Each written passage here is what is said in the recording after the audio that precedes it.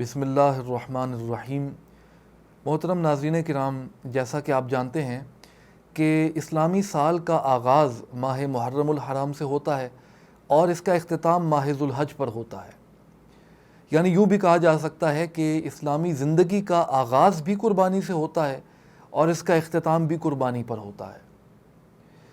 ایک مسلمان کی زندگی یا ایک بندہ مومن کی زندگی بھی قربانی سے عبارت ہے۔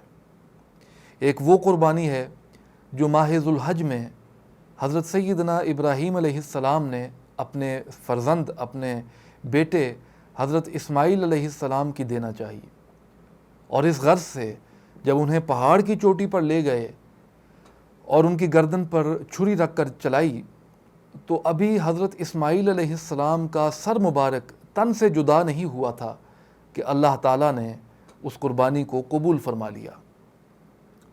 لیکن ناظرین، دوسری عظیم قربانی وہ ہے جو ماہ محرم الحرام میں میدان کربلا پر نواسۂ رسول سید الشہداء امام عالی مقام حضرت سیدنا امام حسین علیہ السلام نے پیش کی۔ آپ نے اپنی جان کا نذرانہ، اپنے بھائیوں اور اپنے عزیزوں کی جانوں کا نذرانہ خدا تعالیٰ کی بارگاہ میں پیش کر دیا۔ یہ وہ عظیم قربانی تھی جس کی وجہ سے اسلام کو بقا حاصل ہوئی۔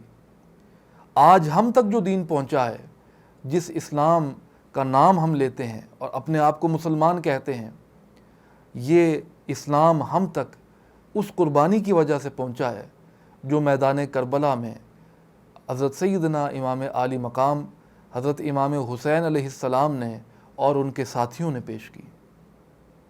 حقیقت حال تو یہ ہے کہ اگر سیدنا امام حسین علیہ السلام میدان کربلا میں یہ عظیم قربانی پیش نہ کرتے تو آج ہم تک دین اسلام نہ پہنچتا۔ کنبہ خدا کی راہ میں سارا لٹا دیا، باقی نہ کچھ بچا تو سر اپنا کٹا دیا۔ لیکن ناظرین، اب سوال یہ پیدا ہوتا ہے کہ آج کے دور کا مسلمان اس واقعہ کربلا شریف سے کیا سیکھ سکتا ہے یا کیا سبق لے سکتا ہے یا کیا اسے سمجھنا چاہیے، سیکھنا چاہیے۔ تو ناظرین، آج کے دور کا مسلمان اگر واقعہ کربلا شریف سے کچھ سیکھنا چاہتا ہے تو وہ صبر و رضا کا سبق لے سکتا ہے، وہ جذبہ وفا سیکھ سکتا ہے، وہ ایمان و تقویٰ کا حاصل کر سکتا ہے۔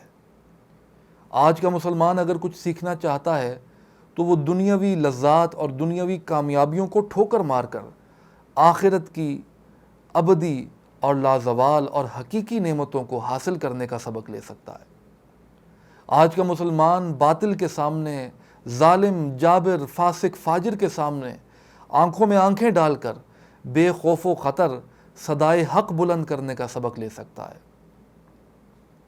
آج ناظرین، بہت سے ایسے لوگ ہیں جو کہتے ہیں کہ ہمیں زندگی میں کوئی تکلیف نہیں، ہمیں کوئی دکھ نہیں، کوئی غم نہیں، کوئی خوف نہیں، کوئی ڈر نہیں۔ ان کا کہنا ہوتا ہے کہ ہمارے پاس ہر نعمت موجود ہے، لیکن بجائے یہ کرنے کے کہ وہ ان نعمتوں کے بدلے اللہ تعالیٰ کا شکر ادا کریں جس نے انہیں یہ نعمتیں عطا کی ہیں، وہ کفران نعمت کرتے ہیں اور تکبر میں مبتلا ہو جاتے ہیں۔ وہ یہ سوچتے ہیں کہ شاید ان کے پاس جتنی نعمتیں ہیں یا جو کچھ ان کے پاس موجود ہے وہ ان کی محنتوں کا ثمر ہے، جبکہ حقیقت حال کچھ اور ہے۔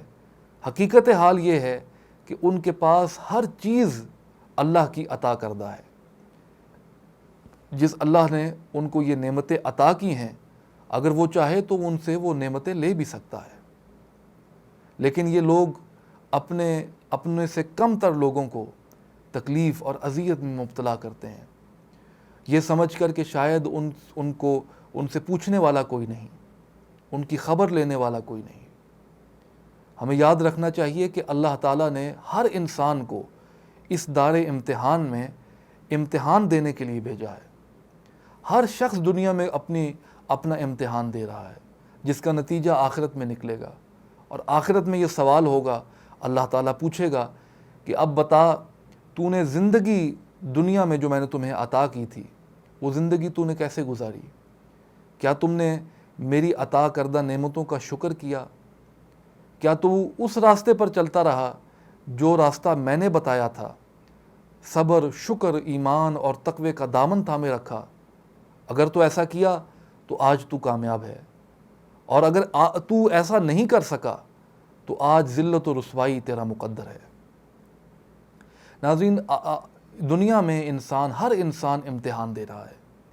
کسی کو اللہ تعالیٰ پیسہ دے کر امتحان میں مبتلا کرتا ہے، کسی سے پیسہ لے کر امتحان میں مبتلا کرتا ہے، کسی کو عزت دے کر اس کا امتحان لیتا ہے، اور کسی کو ذلیل و رسوا کر کے اس کا امتحان لیتا ہے، اور دیکھتا ہے اللہ تعالیٰ کہ اس کا شکر کرنے والا شخص کون ہے، صبر کا دامن تھامے رکھنے والا کون ہے۔ اور آپ دیکھیے تاریخ انسانی سے ہمیں یہی معلوم ہوتا ہے کہ ہر شخص امتحان میں ملوث ہے، اور یہ حق اور باطل کی لڑائی نہ جانے کب سے جاری ہے۔ کہیں ہمیں حضرت سیدنا ابراہیم علیہ السلام نمرود کے مد مقابل نظر آتے ہیں، کہیں موسیٰ علیہ السلام فرعون کے مد مقابل نظر آتے ہیں، تو کہیں امام حسین علیہ السلام یزید کے مد مقابل نظر آتے ہیں۔ یہ حق و باطل کا ٹکراؤ ہے۔